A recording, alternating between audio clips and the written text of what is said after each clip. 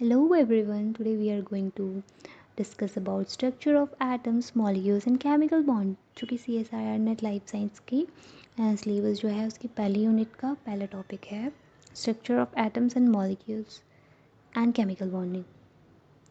तो let's study about atom. तो atom क्या होता है? एटम सबसे छोटे पार्टिकल्स होते हैं एलिमेंट के। इलेक्ट्रॉन्स होते हैं इसमें नेगेटिव चार्ज, प्रोटॉन्स होते हैं जो पॉजिटिवली चार्ज होते हैं, न्यूट्रॉन्स होते हैं जो कोई चार्ज नहीं होता है। एटम तीन बेसिक पार्टिकल्स के बने हुए हैं, प्रोटॉन्स, इलेक्ट्रॉन्स एंड न्यूट्रॉन्स। जो न्यूक्लियस है, न्यूक्लियस क्या है? एटम का सेंट्रल पार्ट है।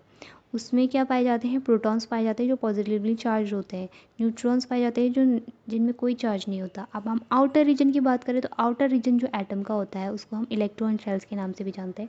इसमें इलेक्ट्रॉन्स पाए जाते हैं जो नेगेटिवली चार्ज होते हैं। जो एटम होता है वो एटम से क्या बनते हैं? मॉलिक्यूल्स बनते हैं, मॉलिक्यूल से कंपाउंड बनते हैं।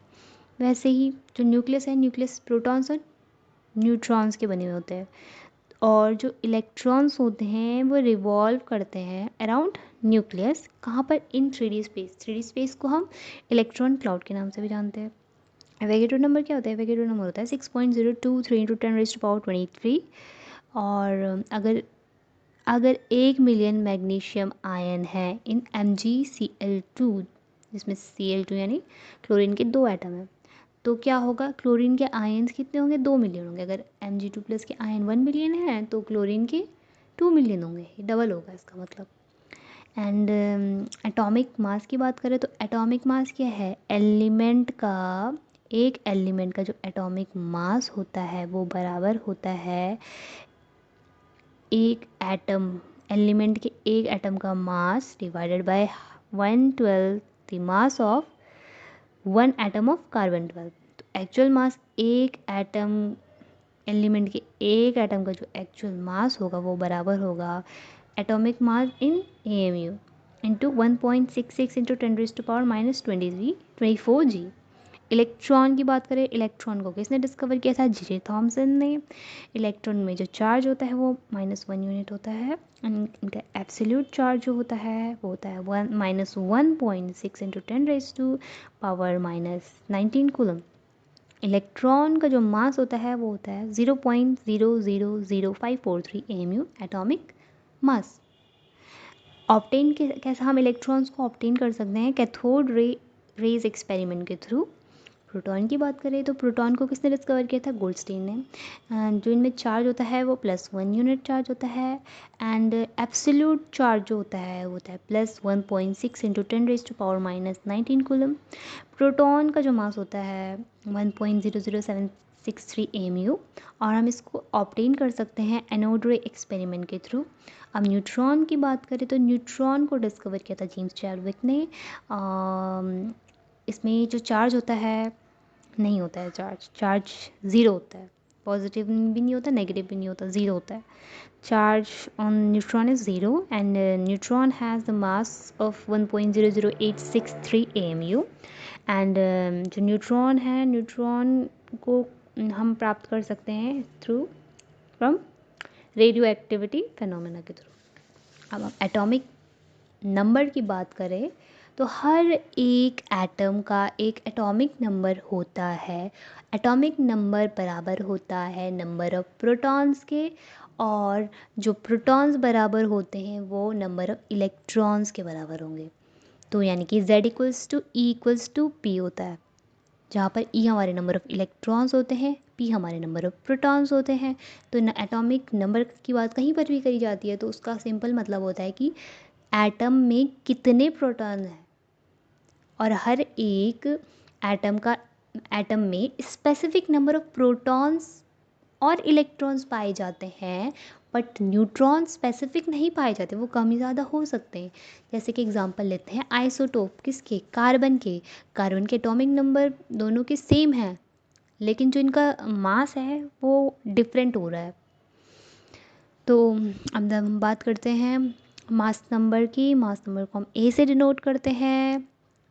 Mass number is a total mass of nucleus, मतलब न्यूक्लियस का जितना भी टोटल मास है। अब ये जो न्यूक्लियस का जो मास है किससे मिलके बन रखा है? प्रोटॉन का मास प्लस न्यूट्रॉन का मास, वो होगा हमारा मास नंबर।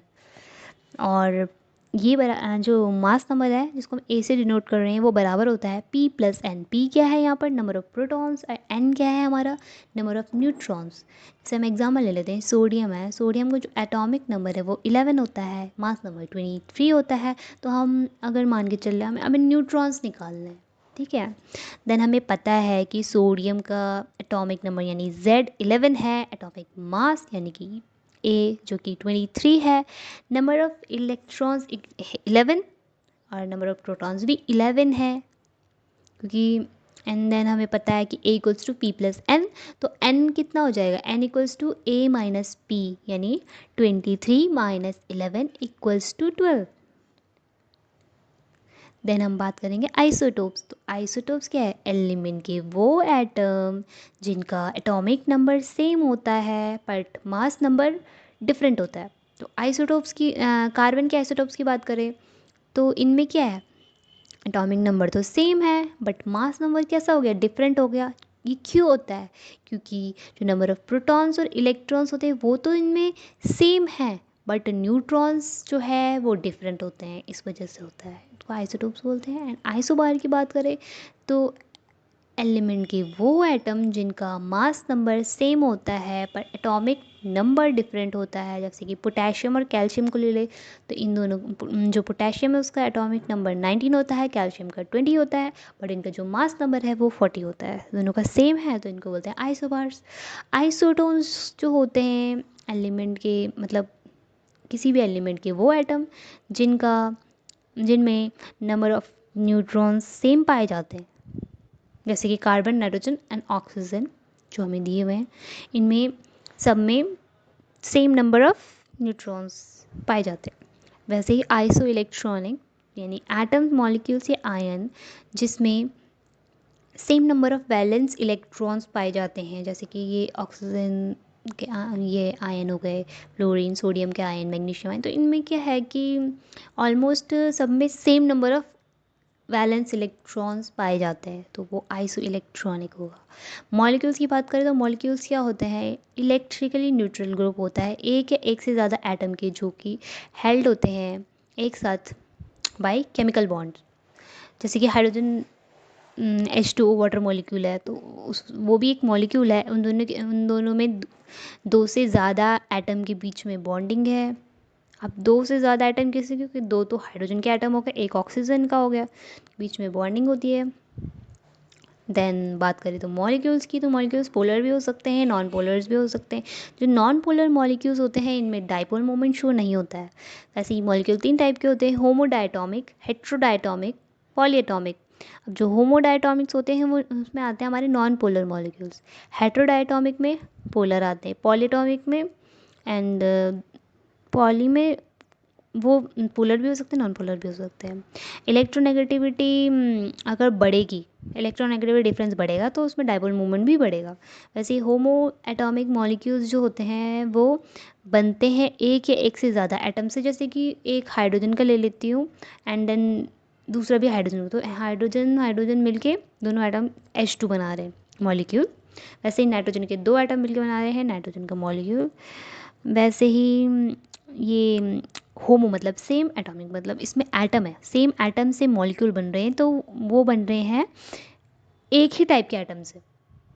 हेट्रो वाले में डिफरेंट टाइप के एटम से बन रहे हैं मॉलिक्यूल। तो हेट्रो एटॉमिक मॉलिक्यूल्स में ये बनेंगे डिफरेंट टाइप्स ऑफ एटम से, जैसे कि एक कार्बन का हो गया, 2 ऑक्सीजन के एटम से CO2 बन रहा है, कार्बन डाइऑक्साइड। देन हम बात करेंगे पॉलीएटॉमिक मॉलिक्यूल्स, तो ये बनते हैं 2 या 2 से ज़्यादा एटम से, जो कि एक दूसरे से एक साथ हेल्ड होते हैं, कैसे, बाय इनमें कोवेलेंट बॉन्ड से एक दूसरे के साथ बॉन्ड बना के मॉलिक्यूल का फॉर्मेशन करते हैं। जैसे कि ओजोन में 3 एटम होते हैं ऑक्सीजन के, जो मिलके इनके बीच में बॉन्डिंग का फॉर्मेशन होता है, कोवेलेंट बॉन्ड बनते हैं एंड देन हमारा ओजोन मॉलिक्यूल बनता है। अब हमारा लास्ट टॉपिक है केमिकल बॉन्डिंग। केमिकल बॉन्डिंग क्या होती है, मतलब 2 एटम, मॉलिक्यूल्स में जो 2 एटम के बीच में जो फोर्स होती है जो उनको होल्ड करती है एक साथ, वो हमारा केमिकल बॉन्ड कहलाता है। यानी कि जो फोर्स होती है, जो 2 अलग अलग एटम्स मॉलिक्यूल के दो एटम्स के बीच जो फोर्स होती है जो उनको होल्ड करके रखती है उसको हम केमिकल बॉन्ड बोलते हैं। अगर दो या दो से ज़्यादा एटम कंबाइन होते हैं एक साथ तो वो क्या बनाते हैं, केमिकल बॉन्ड बनाते हैं। कहाँ पे बनता है, दो एटम्स के बीच में बनता है। तो केमिकल बॉन्ड्स दो टाइप के हो सक सॉरी 4 टाइप्स के हो सकते हैं, ionic, covalent, polar and hydrogen bond. Ionic bond की बात करें तो आयनिक बॉन्ड हमारा बनता है when atom release its valence electron. एक एटम अपना वैलेंस इलेक्ट्रॉन रिलीज कर रहा है और दूसरा जो इलेक्ट्रोनेगेटिव एटम है वो उस इलेक्ट्रॉन को ले रहा है, रिसीव कर रहा है। एक डोनेट कर रहा है, एक रिसीव कर रहा है। जैसे NaCl जो कि हमारा नमक होता है उसमें सोडियम अपना एक वैलेंस इलेक्ट्रॉन क्लोरीन यानी कि मोस्ट इलेक्ट्रोनेगेटिव एटम को क्या दे रहा है, अपना एक वैलेंस इलेक्ट्रॉन दे रहा है, वो दूसरा रिसीव कर रहा है, क्या बन रहा है, NaCl। वैसे ही कोवेलेंट बॉन्ड में भी इलेक्ट्रॉन का ही शेयरिंग होता है बट ये म्यूचुअल शेयरिंग होता है। दोनों एटम्स के बीच में जो वैलेंस इलेक्ट्रॉन की शेयरिंग होती है वो इक्वल होती है, म्यूचुअल भी होती है, बराबर करते हैं, मतलब एक दूसरे को जो शेयरिंग करते हैं वैलेंस इलेक्ट्रॉन का। ये बेसिकली होमो एटॉमिक मॉलिक्यूल्स में देखने को मिलता है, उनमें कोवेलेंट बॉन्ड बनता है by sharing of their valence electron shells. जैसे कि हम एग्जांपल कर लेते हैं, हाइड्रोजन के सेम एटम है, H2 मॉलिक्यूल बना रहे हैं तो इनमें हाइड्रोजन अपने अपने दोनों वैलेंस इलेक्ट्रॉन का शेयरिंग करके हाइड्रोजन मॉलिक्यूल बनाते हैं और इनके बीच में बॉन्ड का फॉर्मेशन होता है। वैसे क्लोरीन में भी यही है, दोनों म्यूचुअल शेयरिंग करते हैं, म्यूचुअल शेयरिंग करते हैं अपने वैलेंस इलेक्ट्रॉन की, और इनके बीच में जो म्यूचुअल शेयरिंग से क्या बनता है, कोवेलेंट बॉन्ड बनता है और उससे मॉलिक्यूल का फॉर्मेशन होता है Cl2 molecule. Polar covalent bond की बात करें तो पोलर कोवेलेंट बॉन्ड फॉर्म्ड होता है जब ये इस कारण से होता है क्योंकि जब दो एटम्स के बीच में बॉन्ड का फॉर्मेशन हो रहा होता है तो एक तो ज़्यादा ही इलेक्ट्रोनेगेटिव होता है, एक कम होता है, मतलब दोनों की कंपैरिजन में एक ज़्यादा इलेक्ट्रोनेगेटिव हो जाता है। तो अगर एक एटम ज़्यादा इलेक्ट्रोनेगेटिव हो रहा है दूसरे एटम से तो जो बॉन्डिंग इलेक्ट्रॉन होगा वो अट्रैक्ट किसको करेगा, जो ज़्यादा इलेक्ट्रोनेगेटिव एलिमेंट होगा। तो इससे क्या होगा, जो बॉन्ड बनेगा उनके बीच में वो पोलर कोवलेंट बॉन्ड बनेगा। पोलर कोवलेंट बॉन्ड जो है होता है वो वाटर मॉलिक्यूल में भी पाया जाता है, हाइड्रोक्लोरिक एसिड। तो क्यों पाया जाता है, क्योंकि इसमें एक एटम तो कुछ ज़्यादा ही इलेक्ट्रोनेगेटिव होता है और दूसरा एज़ कम्पेयर टू कम होता है।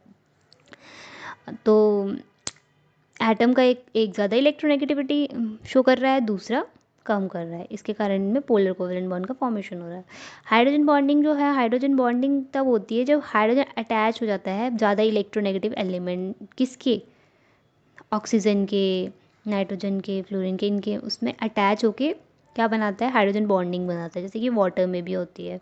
तो ऑक्सीजन हाईली इलेक्ट्रोनेगेटिव है तो वो उसके साथ अट्रैक्ट करके उसको उसमें अटैच होकर उसमें बॉन्ड का फॉर्मेशन करता है। वैसे हाइड्रोजन बॉन्डिंग भी दो टाइप की होती है, intermolecular hydrogen bonding and intramolecular hydrogen bonding. Intermolecular hydrogen bonding है वो दो या दो से ज़्यादा मॉलिक्यूल्स के बीच में जो बॉन्डिंग होती है वो हाइड्रोजन बॉन्डिंग, उसको हम इंटरमॉलिक्यूलर हाइड्रोजन बॉन्डिंग बोलते हैं। अब जो इंट्रामॉलिक्यूलर हाइड्रोजन यानी विदिन, तो जब एक ही मॉलिक्यूल के बीच में हाइड्रोजन बॉन्डिंग हो रही है तो हम उसे इंट्रामॉलिक्यूलर हाइड्रोजन बॉन्डिंग बोलेंगे। देन अब हम नेक्स्ट टॉपिक जो हम डिस्कस करेंगे नेक्स्ट वीडियो में वो हमारा composition, structure and function of biomolecules. इसमें हम कार्बोहाइड्रेट का कॉम्पोजिशन, स्ट्रक्चर, लिपिड्स, प्रोटीन, ये सब पढ़ेंगे।